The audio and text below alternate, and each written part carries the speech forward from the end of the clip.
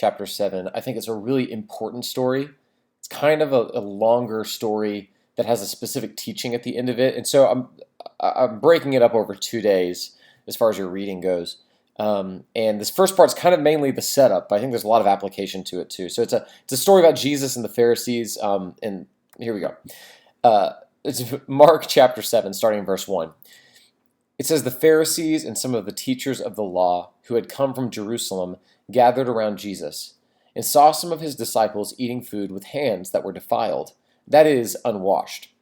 The Pharisees and all the Jews do not eat unless they give their hands a ceremonial washing, holding to the traditions of the elders. When they come from the marketplace, they do not eat unless they wash, and they observe many other traditions, such as the washing of cups, pitchers, and kettles." So the Pharisees and teachers of the law asked Jesus, "Why don't your disciples live according to the traditions of the elders instead of eating their food with defiled hands?" Um, Now, I'm going to pause for a second. Again, just to set the stage, the Pharisees, who were devout Jewish people, who tried to please God by following the Old Testament and God's commands very, very strictly.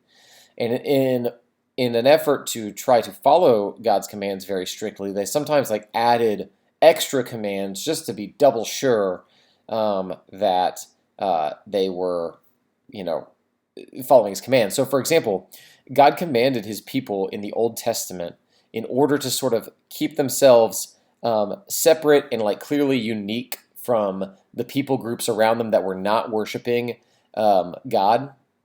He told them that he didn't want them eating certain kinds of meat, like pork. Even today, Jewish people don't eat pork, if you didn't know that. And so, in order to just make double sure that they were doing this, the Pharisees would say, "Okay, if I've been out, I'm going to wash my hands because who knows, maybe in the marketplace I got some pork on my hands or something that's unclean. And so I want to be sure I wash my hands really well, so I'm going to do this ceremonial hand washing." And so it's like they're trying to add commands to just double make sure that they're following what God said in the Old Testament. And so here they're then they're rebuking sort of Jesus' disciples because they were not doing the ceremonial hand washing. And Jesus is going to use this as an opportunity to rebuke the Pharisees and these traditions. So Jesus replies in verse 6. He says, "Isaiah the prophet was right when he prophesied about you hypocrites, as it is written, 'These people honor me with their lips, but their hearts are far from me. They worship me in vain. Their teachings are merely human rules. You have let go of the commands of God and are holding on to human traditions.'" So Jesus here is quoting from Isaiah, which is a prophet in the Old Testament. In Isaiah, if you read that whole book, just kind of has this scathing rebuke of the people of God because they've turned from him and are living very hypocritical lives. And Jesus is comparing the Pharisees to that. And he's saying, you are saying that you want to please God, but you're not really pleasing him. Because and I think his reason with the washing thing is, that's not even a main thing that God said. He didn't even specifically tell you to do that. And you're concerned about that and upset with my disciples about that, while you're ignoring the main commands of God, especially, I think Jesus would point out in other parts, to love the people around you and to really love God. You don't have a love for God in your heart. Your heart is far from me, even though you're claiming to be very close to me by washing your hands. That's how you're going to be close to me.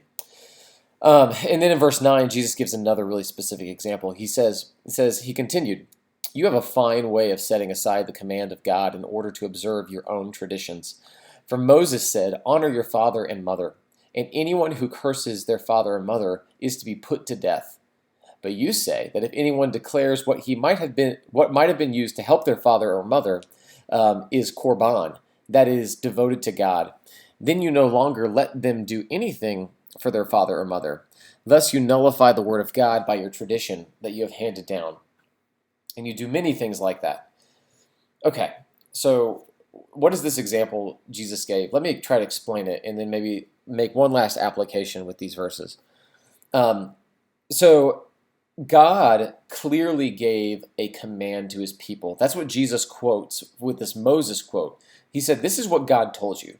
God specifically told you that you're supposed to honor your father and mother.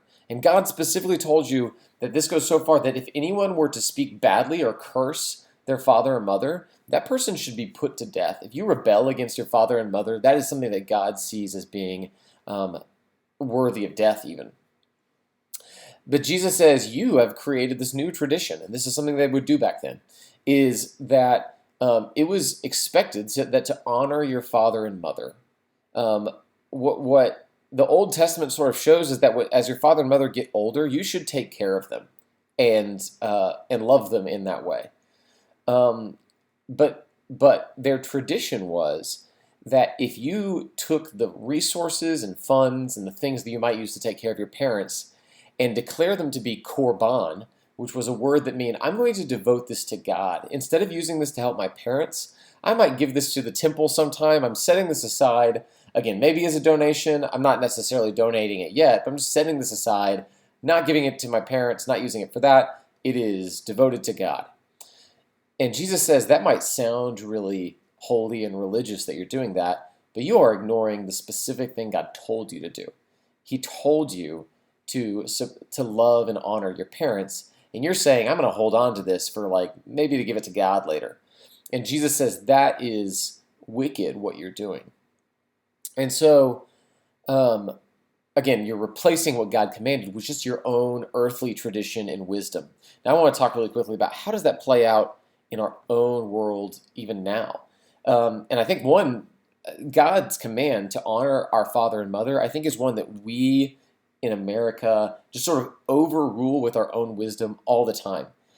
God told me to honor my father and mother, but Disney movies basically make it look like that my father and mother aren't leading me the right way. I should probably go do my own thing because I'm probably right. See, I don't even know, every Disney movie ever. I don't even know what, Mulan, The Little Mermaid, The Lion King, all of them. That's the plot, is your parents are wrong and you should go do your own thing, and at the end they'll apologize to you for being too strict. It's a very common theme. Or I think something else you need to listen to your father and mother, but as soon as you're 18, you can go do your own thing. And I think it's a normal thing in America to be you can move across country. You don't have to speak to them again if they haven't been nice to you or if you don't get along with them. Once you're out of the house, this command does not apply. But the Bible never said that. In fact, what Jesus is teaching specifically here sort of implies that the honoring of the father and mother is happening when you're an adult.